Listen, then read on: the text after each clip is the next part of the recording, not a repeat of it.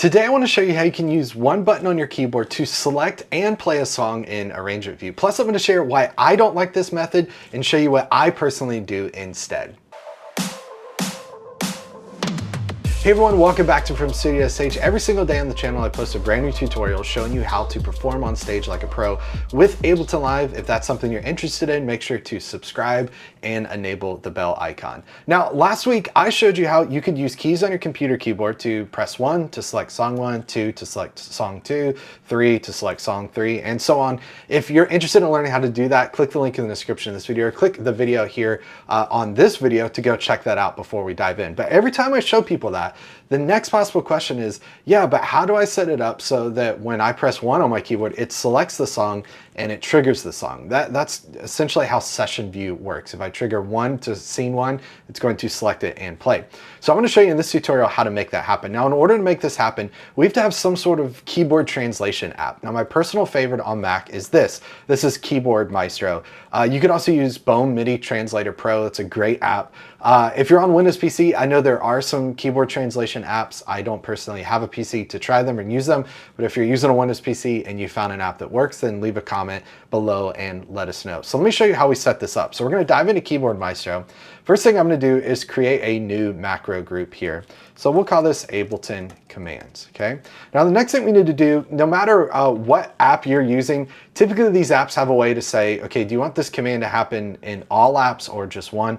That's Keyboard Maestro has that same command, and I'm going to enable that here. So I want to change this from being available in all applications because I don't want to make it to where if I press 1 at any time on my computer, say in Safari, that it opens Ableton and suddenly starts doing this. So I want to just say available in these applications. I'm going to click this green button here, and I'm going to choose the version of Live that I'm using. Okay, so now let's click Edit to get out of this, and let's create our first macro. So I'm going to press the plus icon here. We're going to name this quite aptly Song 1 because this is going to be our command for Song 1. Now we want to say, set up our trigger to say when do we want this to happen. So I'll click New Trigger. I'm going to do Hotkey. And if you had to guess what I'm going to select for Song 1, you probably guessed right. We're going to do 1. So I'm just going to type 1 there. Okay. Now we need to say, when I press 1, what do we want this to do? So we're going to go to where it says no action. And I want to have it type a keystroke. So you can see right here we have this option, type a keystroke. So I'm going to drag this in.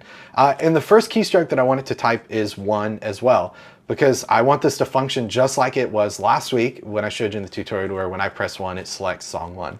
We'll do this for songs 2 and 3 just to show you as well too. But the very first command I'm going to do here is click on this and type, not F1, but 1. Okay. Now let's drag in another keystroke. This one's pretty simple to do. And we're going to click there and press spacebar. Okay. So what I've essentially done is I've made it to where when I press 1 on my keyboard, only in Ableton Live, do I want it to like push that 1 key through. So it's going to also do 1, then it's going to press spacebar.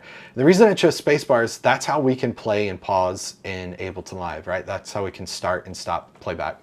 So let's do this again, but with a couple other commands. Again, we'll just do song 2 and 3. Easiest way for me to do this is to click this and do Command D to duplicate. We'll make this song 2. We'll click here and we'll do 2, and then we'll do 2, okay? And then we'll duplicate again. We'll do song 3, and then we'll do 3 and 3, okay? And so there's our spacebar. So now let's try this out. So I've got song 1, 2, and 3 set up. The way it should work is I press 1, and it's going to send 1 to Ableton Live, and then also spacebar to start it. So let's try it out and see if this works. So let's press 1 on our keyboard. There we go. All right, I know you're just hearing it through the speakers, but it's working. So let's press spacebar to stop. Then we'll press 2. All right, there's song 2. You can hear our tempo change. We'll press spacebar to stop, and then 3 to start song 3 to select it and start playing. Now, so I'm doing this with my keyboard. You could also do this with a MIDI controller. You would basically assign MIDI to each of your songs in Ableton and then go into Keyboard Maestro and say, hey, I want this button to trigger this macro, and this macro will send a MIDI note, and then it will also send spacebar, which is great. Or you can map play on your computer, on your MIDI controller, and map that as well too. That's outside of the scope of this tutorial. And again, this is nice and this is great, but I like trying to make things as simple as possible. I mentioned at the beginning, I personally don't use this method. And there's 2 reasons I don't like this method. One, I actually like the ability to, for instance, let's select song 4. to press 4 on my keyboard and have song 4 not start playing. I like being able to queue up the song, and then when I'm ready, press spacebar to start. So if I'm working with the artist and they give the like vocal cue that, oh, we're gonna do this song, then I can, for instance, press 7 and jump to song 7 and have that ready to go, instead of waiting for them to say it and then my finger hovering over the keyboard nervously and pressing 7 and hoping I get it right. I've had too many mistakes doing that. So that's the one reason I don't like it. I actually like the functionality of arrangement view to where I can select a song, queue it up, then press spacebar. But the other reason I don't like this is, again, I want to make it as simple as possible on stage. I want to set it up so that all I have to do to navigate my set list in Ableton Live is press spacebar. This is what I'm talking about. So I've got this set up for a couple of the songs here at the end.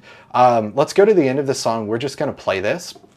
And if you'll notice, I've got a couple MIDI clips set up here.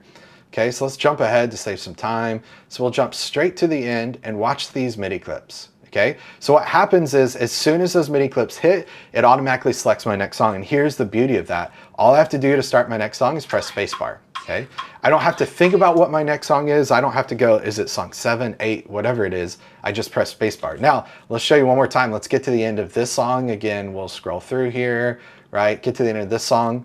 It's going to automatically select my next song. I don't have to think about it. All I have to do is press spacebar. Now, that's my preferred method. I want to show you exactly step by step how to set that up.